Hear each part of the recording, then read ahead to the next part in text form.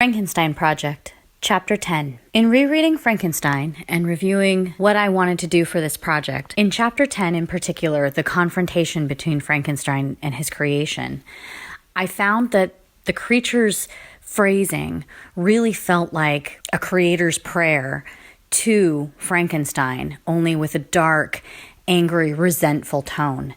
So for my project, I decided to make the creation's prayer, or the monster's prayer. So I highlighted the book, flagging the pieces that I wanted, and spliced them together. When I completed this part of the project, I realized I wasn't quite finished. And so I also decided to do a poem that is the Dr. Frankenstein's Ode to Nature. So with that, I'm going to read you first the Ode to Nature, and then the creature's prayer.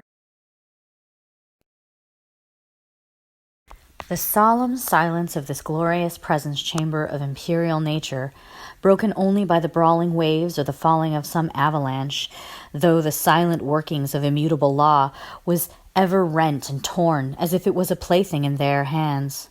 These sublime and magnificent scenes afforded me the greatest consolation I was capable of receiving: the unstrained snowy mountaintop, the glittering pinnacle, the pine woods and ragged bare ravine, the eagle soaring amidst the clouds.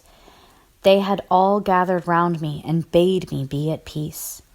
I remembered the effect that the view of the tremendous and ever-moving glacier had produced on my mind.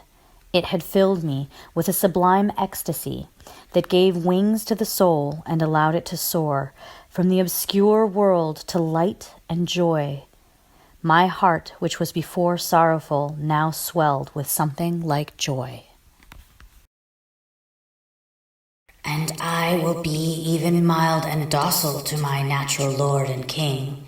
Be not equitable to every other, and trample upon me alone, to whom thy justice and ever thy clemency and affection is most due.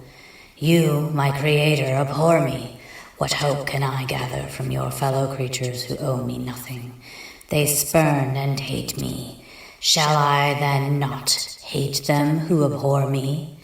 Shall I not hate them who abhor me? I am miserable, and they shall share my wretchedness.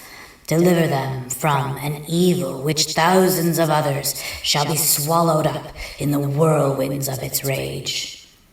Thus I take from thee a sight which you abhor. By the virtues I once possessed, I demand this of you. On you it rests whether I quit forever the neighborhood of man and lead a harmless life, or become the scourge of your fellow creatures and the author of your own speedy ruin.